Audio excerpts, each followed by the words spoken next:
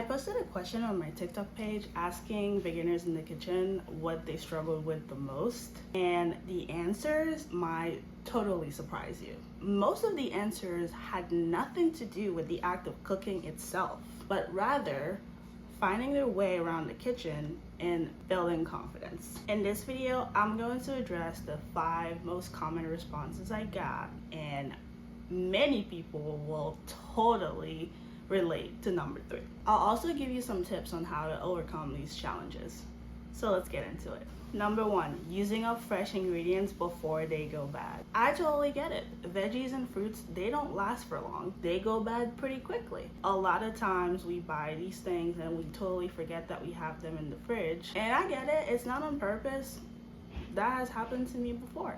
But one way that I've been able to solve that is by making sure I check my fridge before I go to the grocery store. If you haven't seen my beginner grocery shopping video, I will link it somewhere here. I've talked about it in that video. I've explained that it will make it way easier for you if you check what you have in your fridge before you go to the grocery store and just make a list of what's missing. It's not just about not buying things you already have, but you might see things that gives you some ideas about what to cook for the week. It's really easy to forget about things because, you know, there's a million other things to worry about, but just checking from time to time.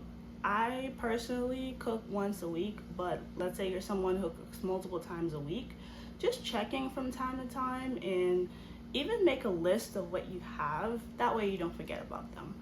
And if you need a structured way to keep track of that, I have a free 1-page meal planner that also has a grocery list on the side. I will put a link in the description box below and you can download it for free. All right, number 2, patience. This is a big one for me because like I said, I meal prep once a week. So I spend hours in the kitchen to save time during the rest of the week. Sometimes I spend 1, 2, 3, I've spent up to 6 hours in the kitchen once. I don't know what I was thinking. I was making some complicated meals that took forever because I really wanted to eat them. Not gonna lie, I started losing patience that day. My back was hurting. I really wanted to be done. It was a whole thing. I totally get that as a beginner in the kitchen, you might lose patience sometimes, especially if it's not going the way you want it to go. You just want to be done with it. You started, you have to finish it because you have to feed yourself. Let's say you even have a family to feed, so other people are counting on you. One thing that has helped me is making it a good experience for me overall. So what I'll do, I'll put on a show, I'll listen to some music. If I need to take a break, like I'll go sit down for 5 minutes. There's nothing wrong with that. You can go back to it, right? If you feel like you're losing your patience, put the knife down, go do something else. Do some breathing exercise, call someone, call a friend, call a family member you get along with.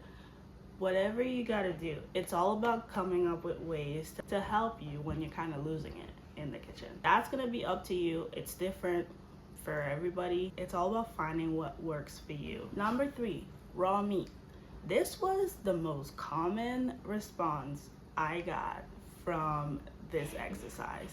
A lot of people don't do well with raw meat. And listen, I'm one of these people because I'm not trying to get salmonella over here. When it comes to raw meat, what I like to do is make sure I clean it and season it and cook it very well. I will clean it with lime juice, vinegar. I will pour some hot water on it, or I will boil some water with some parsley, lemon peel, or like sour orange peel, and just pour it on the raw meat.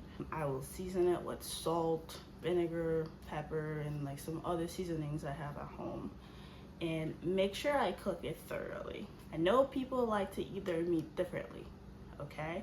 I make sure I cook mine pretty thoroughly. Even if it's steak, I'm not gonna cook it like I can't even chew it, but I'll make sure that it's properly cooked. Number 4, cooking rice on the stove. This one was kind of surprising to me because, like I mentioned before, I didn't grow up in the US. I grew up in Haiti, and I'm used to seeing people cook rice on the stovetop all the time.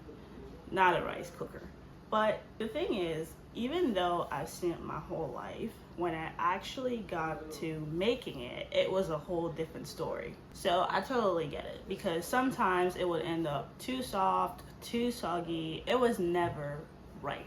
If you want to learn how to make rice on the stovetop, I actually have a video coming up about that in the next few weeks, so stay tuned for that. But if you need to buy a rice cooker, just get it. Make your life easier. If you have the means to do it, then go for it. But if you want to learn how to make it yourself, there are plenty of videos on YouTube you can watch to teach you. Number 5, finding where my ingredients are. Hey, I get it. Sometimes things get crowded, or you have a lot of space and you lose track of where you put what.